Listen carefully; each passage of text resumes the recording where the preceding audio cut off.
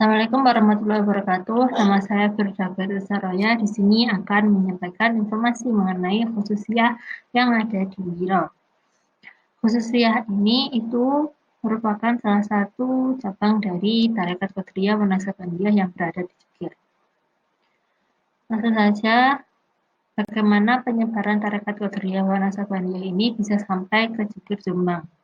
Pada mulanya, penyebaran Tarekat Qadiriyah Wanasabandiyah ini di Jombang dilakukan dengan pemusatan penyebaran di 9 titik pada tahun 1970-an. Jika diperinci berdasarkan wilayahnya menjadi sebagai berikut, yaitu di daerah Jawa Barat berpusat di Suryalaya dan Pagentongan Bogor, di daerah Jawa Tengah berpusat di Berjen Purworejo, Meranggen, dan As-Solihiyah Dawe Kudus. Kemudian di Jawa Timur berpusat di Rejoso, Cukir, Alusmania, Sawah, Kulo, dan Kencong Kediri.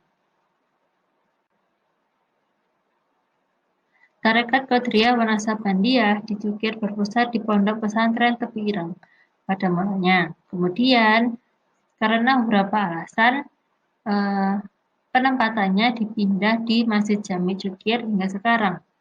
Mursyid pertama Tarekat Qadiriyah Wanasabandiyah ini mulanya hanya seorang khalifah di bawah Mursyid Kiai Haji Ramli Tamim dan Kiai Haji Musta'id Nomri dari Tarekat Qadiriyah Wanasabandiyah di Rejoso, yaitu Kiai Haji Adnan Ali yang merupakan pendiri dari Pondok Pesantren Putri Wali Songo, Jogja. Kiai Haji Adnan Ali dijadikan sebagai seorang mursyid dikarenakan Kiai Haji Musta'id Nomri yang pada saat itu membuat keputusan kontroversial atas arahan dari Kiai Haji Hasyim Asy'ari untuk mendukung Golkar, sehingga Tarekat Qadiriyah Wanasabandiyah di Jogja dapat berdiri sendiri dengan mursyid utamanya adalah Kiai Haji Adnan Ali. Kemudian untuk memenuhi syarat sebagai seorang mursyid, Kiai Haji Adnan Ali meminta ijazah irsyad kepada Syekh Muslih Meranggen dan dikabulkan. Kemudian setelah kemursyidan itu, pengikut dari Kiai Haji Adnan Ali meningkat menjadi 1.500 orang pada November 1977.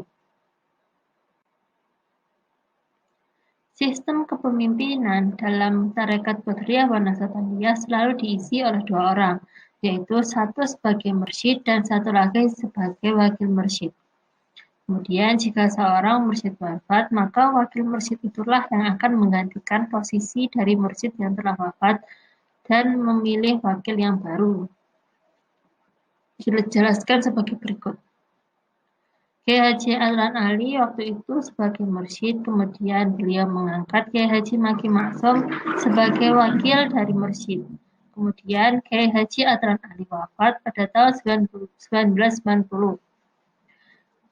Ketika Kiai Haji Adnan Ali wafat, maka posisi mursyid digantikan oleh Kiai Haji Maki. Kemudian beliau mengangkat Kiai Sholihin Hamzah sebagai wakil dari mursyid. Lalu Kiai Haji Maki wafat pada tahun 2002. Dikarenakan Kiai Haji Maki wafat pada tahun 2002, maka Kiai Sholihin Hamzah yang pada waktu itu menjadi wakil mursyid posisinya diganti menjadi sebagai mursyid. Kemudian beliau mengangkat Kiai Haji Rifai sebagai wakilnya. Namun pada tahun 2006 Kiai Haji Rifai wafat mendahului Kiai Sholihin.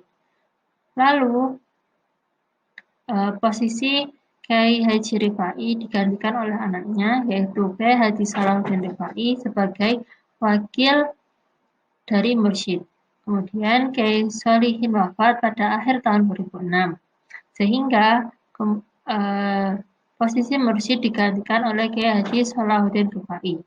Kemudian beliau mengangkat Kiai Haji Maftuh Maki sebagai wakil dari mursyid. Jumlah anggota Tarekat Qadiriyah Wanasabandiyah di Jogja hingga pada tahun 2011 sudah lebih dari 100.000 orang yang tersebar di Madura, Jawa Barat, Jakarta, Lampung, Kalimantan Tengah, Kalimantan Timur, Kalimantan Utara, Riau, dan beberapa wilayah di Indonesia. Asal-usul keberadaan khususiyah di Desa Biro. Khususnya yang berlangsung rutin hingga sekarang dilakukan di Desa Berok, Kecamatan Punju, Kabupaten Kediri, baru saja bermula pada pada sekitar tahun 2017, sehingga kurang lebih sekarang baru berjalan sekitar 4 tahunan. Khususnya ini pada mulanya adalah sebuah ajakan seorang teman untuk mengikuti suatu tarekat, pada hal ini tarekat Qadiriyah Wanasabandiyah. Ajakan ini ditujukan kepada Dr. Andes Syarifuddin dari Pak Haji Jamil. Di sini Pak Haji Jamil sudah mengikuti tarekat Qadiriyah Wanasabandiyah di Jogir terlebih dahulu bersama sang istri. Kemudian Pak Haji Jamil ini mengajak Dr. Andes Syarifuddin untuk ikut bersamanya mengikuti tarekat Qadiriyah Wanasabandiyah.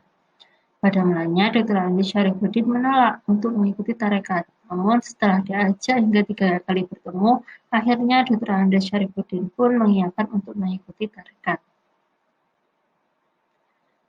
Lalu mereka berempat, yaitu Pak Haji Jamil dengan istrinya dan Dr. Andes Syarifuddin dengan istrinya, pergi ke Jogja setiap minggunya untuk mengikuti amaliyah dan pengajian di sana.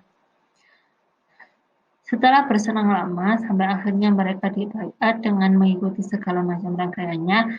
Dari situ, mereka mulai mengajak orang lain untuk ikut serta dalam mempelajari tarekat ini. Cara menyebarkannya dengan memberi pengertian bagaimana tarekat itu dipahamkan, apa saja yang dipelajari, apa saja yang diamalkan. Target utama dalam menyebarkan ini adalah para ibu-ibu yang dekat dengan mereka. Karena para ibu itu akan terus melanjutkan apa yang mereka ketahui untuk disebarkan kepada orang lain.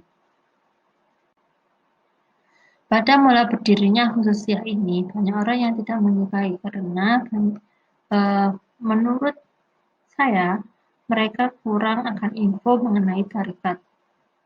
Pada awal berdirinya hingga sekarang, khususiyah ini bertempat di Masjid Al-Abror di depan Madrasah Ibtidaiyah Miftahul Mubtadiin di Miro, yang pada waktu itu Dr. Andes Syarifuddin menjadi kepala sekolahnya dari MI Miftahul Mubtadiin ini. Tujuan dari diadakan khususiyah ini adalah sebagai wadah untuk meneres amalan-amalan yang telah diberikan. Maka dari itu, beberapa orang, terutama yang telah lama mengikutinya, memiliki buku yang berisikan amaliyah tersebut. Khususiyah ini berlangsung pada hari Ahad atau biasa orang menyebutnya Minggu. Amaliyah yang dilakukan yaitu pertama, menurut narasumber, yaitu pertama manakib. Manakib ini dibacakan sembari menunggu orang lain yang mengikuti khususiyah hadir. Kemudian dilanjutkan dengan sholat duha yang betul 4 rakaat, terus taubat 2 rakaat, tasbih 2 rakaat, dan kemudian dilanjutkan dengan hajat 2 rakaat. Lalu tahlil, kemudian dilanjutkan pengajian, lalu sholat zuhur, dan membaca khususiyah. Keterangan, ketika pada Ahad Wage atau Minggu Wage pada kalender Jawa, maka khususiyah ini akan berlangsung sampai waktu sholat asar. Jadi selepas waktu zuhur, selepas membaca khususiyah ini akan dilanjutkan dengan pengajian, lalu sampai sholat asar berjamaah baru selesai. Maka dari itu pada minggu-minggu biasa, bukan Ahad Wage ini, khususiyah ini akan selesai sekitar jam 2.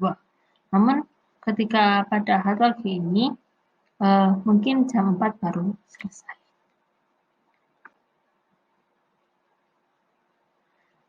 Sekian informasi yang bisa saya berikan saat ini. Bila ada koreksi atau pertanyaan, silahkan ditulis di kolom komentar. Sekian dari saya.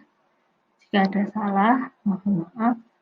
Assalamualaikum warahmatullahi wabarakatuh.